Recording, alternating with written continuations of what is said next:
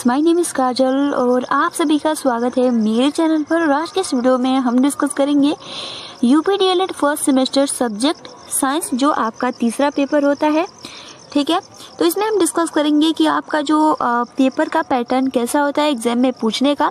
ठीक है, 3 टाइप से प्रश्न पूछे जाते हैं, बहुविकल्पीय, अति लघु, उसके बाद लघु उत्तरीय। उसके बाद मैं आपको बता दूं जो इसकी टाइमिंग होती है वो 1 घंटे की होती है और आपका जो मैक्सिमम मार्क्स होता है वो 25 नंबर का होता है, जिसमें से आपको 12 नंबर लाना अनिवार्य होता है। ठीक है, तो सबसे फर्स्ट आपका प्रश्न मैं बता दूं, जो आपका प्रश्न है ये आपके लेसन वाइज जो आपका भौतिक मापन है उसी से रिलेटेड सारे ये प्रश्न है। ठीक है, तो आपकी तैयारी भी बहुत अच्छे से हो जाएगी। तो सबसे फर्स्ट आपका प्रश्न है कि समय का मानक मात्रक क्या है? घंटा, सेकेंड, दिन, मिनट। तो इसका जो राइट आंसर हो जाएगा वो हो जाएगा समय का मानक मात्रक हो जाता है सेकंड। नेक्स्ट आपका प्रश्न है कि किसी दी हुई राशि को उसके मात्रक से तुलना करने की क्रिया को क्या कहते हैं? ठीक है, तो ऑप्शन में है मात्रक, मापन, मूल मात्रक या फिर इनमें से कोई नहीं। तो किसी दी हुई राशि को उसके मात्रक से तुलना करने की क्रिया को मापन कहते हैं। ठीक है, यहाँ पर जो आपका राइट आंसर हो जाएगा वो हो जाएगा सेकंड। तो अगर आपके एग्जाम में मापन की परिभाषा पूछा जाए तो आप सिंपल लिख सकते हो कि किसी दी हुई राशि को उसके मात्रक से तुलना करने की क्रिया को मापन कहते हैं। नेक्स्ट आपका प्रश्न है कि तो अगला आपका प्रश्न है कि MKS पद्धति में लंबाई का मात्रक क्या है? ऑप्शन है मीटर, फुट, सेंटीमीटर, सभी। तो यहाँ पर आपका MKS पद्धति में लंबाई का मात्रक होता है मीटर। ठीक है, द्रव्यमान का जो मात्रक हो जाता है वो हो जाता है किलोग्राम और समय का मात्रक हो जाता है सेकंड। ठीक है, तो यहाँ MKS पद्धति में ये तीनों आपको याद होने चाहिए। अगला आपका प्रश्न है कि FPS पद्धति में द्रव्यमान का मात्रक क्या है? ठीक है, तो ऑप्शन है किलोग्राम, ग्राम, पाउंड, इनमें से कोई नहीं। तो FPS पद्धति में द्रव्यमान का मात्रक होता है पाउंड। ठीक है, और यही आपका इसमें FPS पद्धति में अगर पूछ दिया जाए लंबाई का मात्रक क्या है, समय का मात्रक क्या है, तो इसमें लंबाई का मात्रक हो जाता है फुट और समय का मात्रक हो जाता है सेकंड और द्रव्यमान का मात्रक हो जाता है पाउंड FPS पद्धति में। नेक्स्ट आपका प्रश्न है कि मूल राशि की संख्या कितनी है? ठीक है, तो मूल राशि की संख्या जो होती है ऑप्शन है 1, 2, 3, 4। यहाँ पर एक 7 रहेगा। ठीक है, क्योंकि मूल राशि की संख्या होती है वो होता है 7। नेक्स्ट आपका यहाँ से आपका अति लघु उत्तरीय प्रश्न स्टार्ट हो गया। और सबसे फर्स्ट तो अगला आपका प्रश्न है कि भौतिक मापन किसे कहते हैं? तो बहुत ही अच्छा ये प्रश्न है, आप इसको अच्छे से याद कर लीजिएगा। तो किसी भौतिक राशि के मापन के लिए उस राशि के एक नियत परिमाण को मान लेते हैं। ठीक है, इस प्रकार किसी भौतिक राशि एक ज्ञात नियत मानक राशि से, यहाँ होगा राशि से तुलना करना ही भौतिक मापन कहलाता है। तो किसी भौतिक राशि के मापन के लिए उस राशि के एक नियत परिमाण को मान लिया जाता है। ठीक है, एक नियत परिमाण को मानक मान लिया जाता है, यहाँ रहेगा मानक मान लेते हैं। इस प्रकार किसी भौतिक राशि के एक ज्ञात नियत मानक राशि से तुलना करना ही भौतिक मापन कहलाता है। अगला आपका प्रश्न रहेगा कि मात्रक किसे कहते हैं? तो नियत परिमाण की राशि को मात्रक कहते हैं या फिर कहलाती है। नेक्स्ट आपका प्रश्न है कि या आप ऐसे भी कह सकते हो कि अगर मान लीजिए आपका लघु उत्तरीय में पूछ दे तो आप केवल इतना लिखेंगे फिर कम हो जाएगा, तो आप लिख सकते हो कि भौतिक राशि के मापन के लिए उसी राशि के एक नियत परिमाण को मानक मान लिया जाता है। इस मानक को ही उस राशि का मात्रक कहते हैं। ठीक है, तो इन दोनों में बहुत ही कंफ्यूजन होता है, आप इसको अच्छे से याद कर लीजिएगा। तो देखिए ये भौतिक मापन किसे कहते हैं? तो किसी भौतिक राशि के मापन के लिए उसी राशि के एक नियत परिमाण को मानक मान लेते हैं। इस प्रकार किसी भौतिक राशि के एक ज्ञात नियत मानक के राशि से तुलना करना ही भौतिक मापन कहलाता है। और यहाँ मात्रक किसे कहते हैं? तो शॉर्टली में आप याद कर सकते हो कि नियत परिमाण की राशि मात्रक कहलाती है, या फिर भौतिक राशि के मापन के लिए उसी राशि के एक नियत परिमाण को मानक मान लिया जाता है। इस मानक को ही उस राशि का मात्रक कहते हैं। नेक्स्ट आपका प्रश्न है कि मात्रक के लक्षण क्या है? तो बहुत ही IMP प्रश्न है कि मात्रक के लक्षण क्या क्या है। तो फर्स्ट तो यही है कि इसकी मान्यता अंतर्राष्ट्रीय स्तर पर मान्य होना चाहिए। सेकंड, इसका परिमाण निश्चित होना चाहिए। थर्ड, मात्रक की उपलब्धता सुलभ होना चाहिए। फोर्थ, इसके परिमाण पर ताप दाब का कोई भी प्रभाव नहीं होना चाहिए। नेक्स्ट आपका प्रश्न है कि भौतिक राशियों के मापन के लिए कितनी मात्रक प्रचलित है।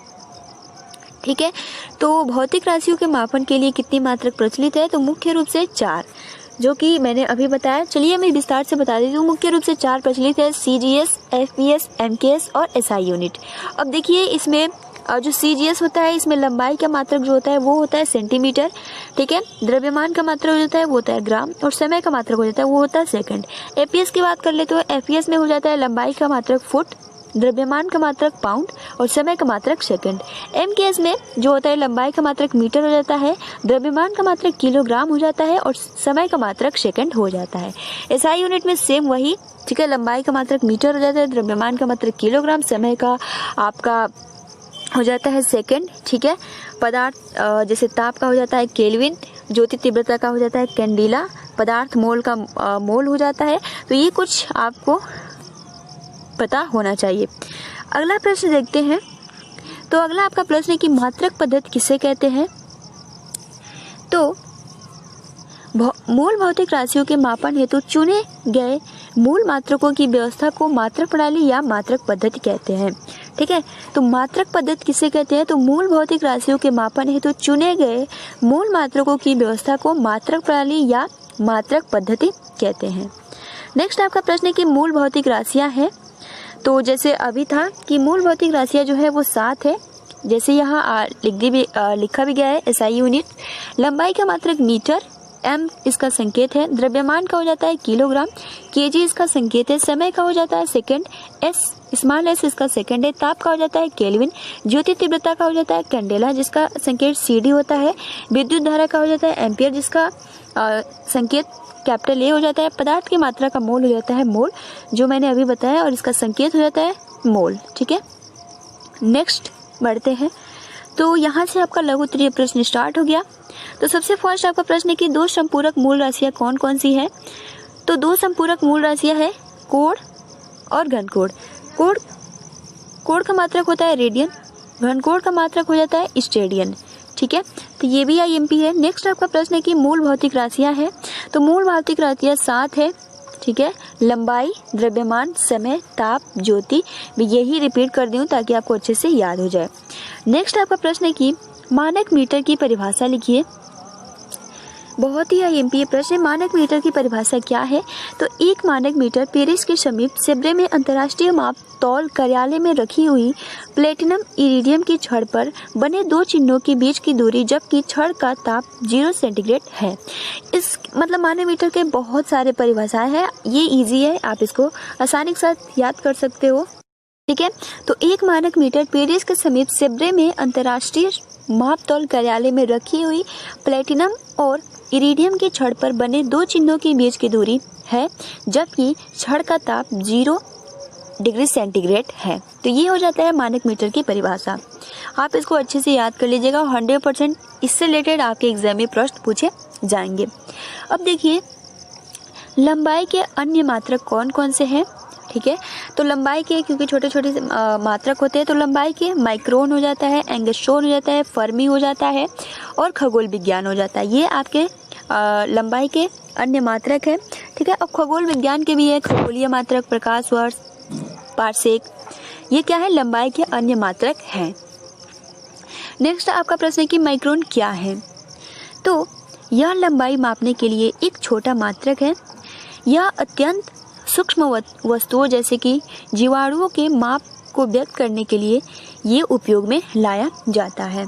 ठीक है, तो यहाँ पर माइक्रोन क्या है, तो यह लंबाई मापने का एक छोटा मात्रक है। यह अत्यंत सूक्ष्म वस्तुओं जैसे जीवाणुओं के माप को व्यक्त करने के लिए उपयोग में लाया जाता है। ये बार बार इससे रिलेटेड प्रश्न पूछा जाता है। नेक्स्ट आपका प्रश्न है कि इसे म्यू से प्रदर्शित करते हैं क्योंकि आपका जो ये होता है, ठीक है, आई थिंक ऐसे होता है, अच्छे से बन नहीं पा रहा है, तो इसे म्यू से प्रदर्शित करते हैं। नेक्स्ट आपका यहाँ जैसे देख सकते हो कि यहाँ ये भी लिख दिया कि 1 माइक्रोन जो होता है 1 मीटर का 10 लाखवां भाग होता है।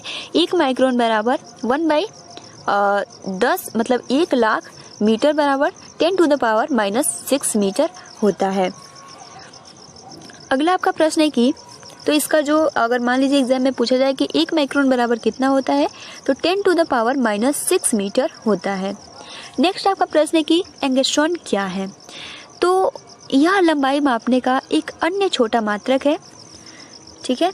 इसका उपयोग अणुओं परमाणुओं के आकार तथा प्रकाश एवं रेडियो तरंगों की तरंग दैर्ध्य को व्यक्त करने के लिए किया जाता है। जो आपका माइक्रोन था वो किसको व्यक्त करने के लिए था, तो वो जीवाणुओं के आकार को व्यक्त करने के लिए था। लेकिन जो आपका एंगस्ट्रॉन है ये अणुओं परमाणुओं के आकार तथा प्रकाश एवं रेडियो तरंगों के तरंग दैर्ध्य को व्यक्त करने के लिए इसका प्रयोग किया जाता है। किसका किया जाता है, तो एंगस्ट्रॉन को किया जाता है, ठीक है। इसको कैपिटल ए से प्रदर्शित करते हैं और ऊपर डिग्री रहता है। अगला आपका प्रश्न है कि फर्मी से क्या अभिप्राय है। तो इसका उपयोग परमाणुओं के नाभिक तथा मूल कणों का आकार व्यक्त करने के लिए किया जाता है। जो आपका एंगस्ट्रॉन था वो अणुओं परमाणुओं तथा रेडियो तरंग के तरंग दैर्ध्य को व्यक्त करने के लिए उसका प्रयोग किया जाता है। लेकिन जो फर्मी होता है इसका उपयोग परमाणुओं के नाभिक तथा मूल कणों का, जैसे कि इलेक्ट्रॉन, न्यूट्रॉन, प्रोटॉन, उन कणों का आकार व्यक्त करने के लिए फर्मी का यूज किया जाता है, ठीक है।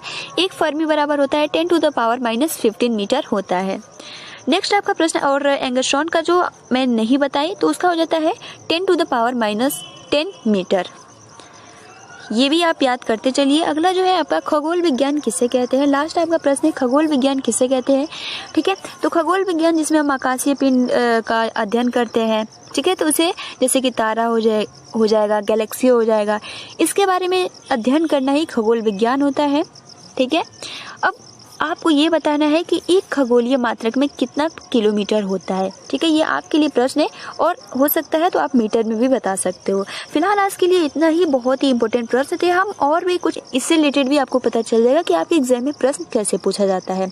तो चलिए आज के लिए इतना ही, और आप अपना अच्छे से प्रिपरेशन करते रहिए। तब तक के लिए thanks for watching, take care and best of luck.